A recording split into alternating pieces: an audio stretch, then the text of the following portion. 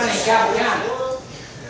But I'm going to give a gold dollar and a challenge coin to the individual that can answer some questions for me.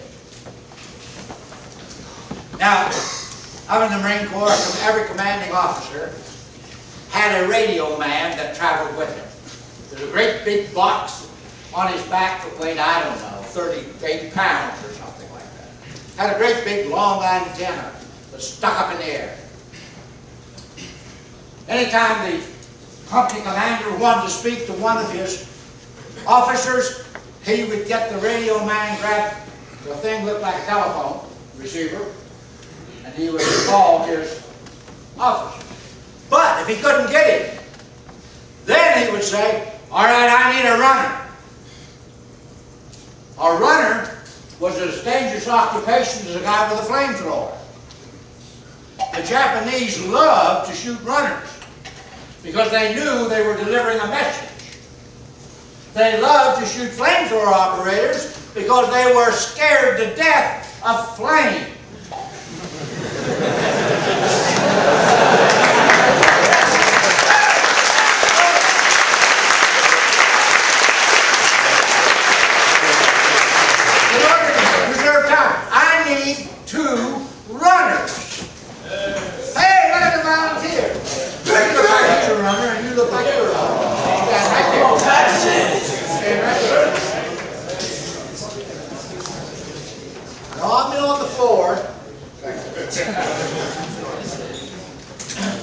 On a bright night, the moon was shining as bright as a silver dove. There was some guy walking around looking at the moon.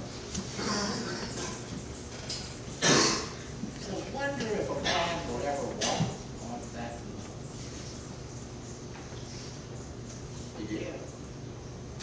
So, for a gold dollar and a challenge coin, who can tell me who that man was and his exact words? Right here. Right here. Way back there. So you can get exercise. Way back there. One arm strong and one small step for man, one giant step for mankind. No, it's right. Right here. Huh? Do you disagree with that? No, that's right. No, it's wrong. What did he say? One giant step for mankind. No. What did he say? Right here. What mine says, and I'm the guy in charge, so mine says. As soon as I find it. I got it. I got it. One small step for man. One giant step for mankind. Is that what you said? Honesty? Yes. He gets a coin. That's what he said, that's what he gets.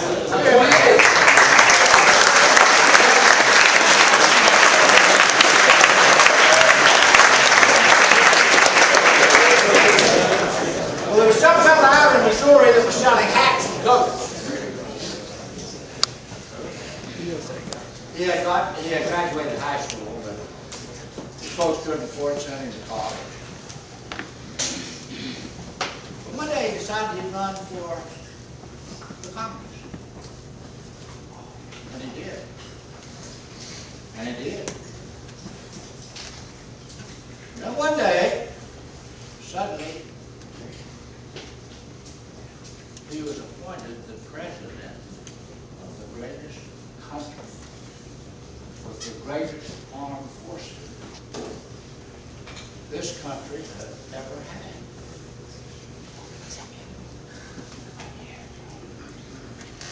For a gold coin, a challenge coin. Who's that individual? Right there with the big tall hand, you. Yeah.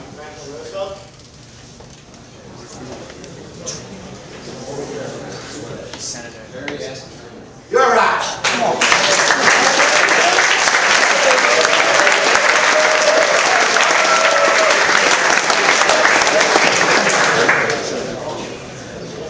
How many people know where Hammond, West Virginia is? Hammond. H-A-M-B-L-I, Hamble. Well, there's several people know the Hamble. You know, there's a boy down there, as he was growing up, he didn't like to fool with anything but airplanes. Didn't play ball. He wasn't big enough to be a Well, you hold your hand up. I know what the answer is. You know the answer before I'm going to ask you. I can read minds. Boy, you're in trouble. What I'm thinking right now, you better not be reading. I've heard that.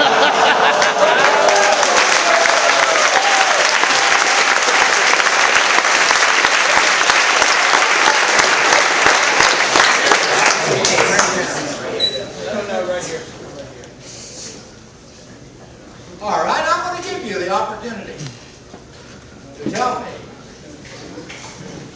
who he was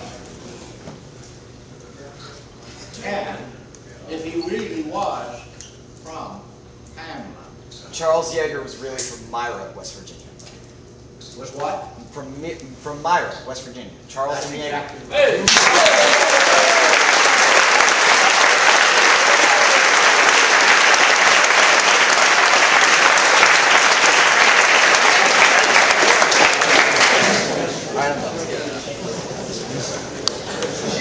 Thank you, sir. There was a farm boy that lived in the county of Marion. All he knew was how to hoe corn, dig potatoes, put up hay, and scatter cow residue. I cleaned that up for you. And somebody told him, they didn't have a radio, long before television. They didn't get any newspaper.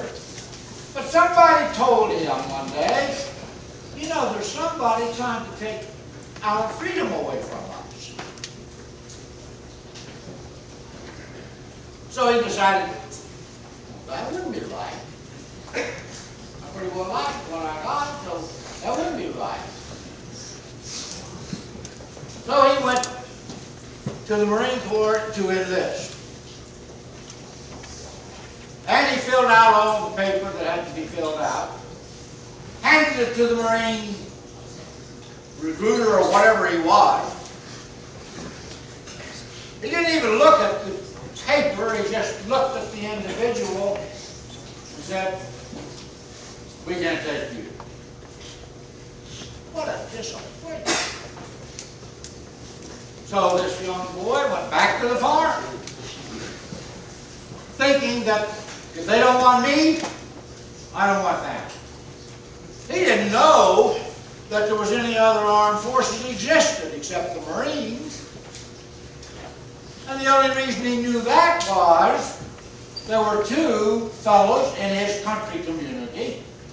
Now, this guy had one aunt, 5 uncles, and all of them had great big families. They just couldn't figure out what was causing it. So he went back to the farm. The reason he turned him down was he was too short. The Marine Corps had a height requirement of 5'8", he was only 5'6". Audie Murphy was turned down 3 times for the same reason. He was only 5'5".